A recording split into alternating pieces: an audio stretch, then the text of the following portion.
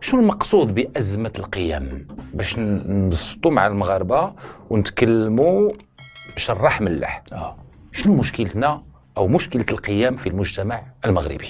مشكلة القيم في المجتمع المغربي هو أنه وقعت عندنا تحولات مجتمعية ما عرفناش ننظموها وما عرفناش نأطروها من خلال الوسائل ديال التأطير اللي كتولها الدولة، بحال المدرسة، وسائل الإعلام، وسائل قنوات التواصل اليومية والإرشاد اليومي.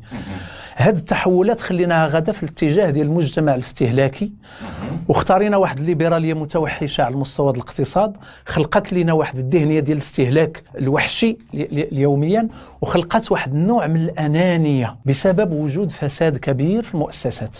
انتشار الرشوه والفساد خلق عند المواطن شعور بانه الا ما دخلش في هذا النسق حقوقه كلها غتهضم، ما غيصور والو. خصو يدخل في النسق ديال الفساد باش يقدر يقضي غرض ديالو. دونك الا مشيتي ولقيتي واحد الصف فيه 50 واحد وكتحسب الوقت وكتقول غادي نجلس هنا ساعتين، كتعطيه 20 درهم باش تقضي غرضك بلا ما تحترم. ولكن في المقابل ممكن تمشي للفيسبوك وكتقول جميعا لمحاربة الفساد. هكاك ممكن تمشي للفيسبوك وتعطي وجه اخر. بطبيعه الحال المغاربه هما الاولين في هذا الشيء، هما الاولين في انه يقولوا لك الكلام اللي تعتقد انه راه مزيان، ولكن احنا كنشوفوا السلوكات ديال الناس، كنشوفوا الممارسه.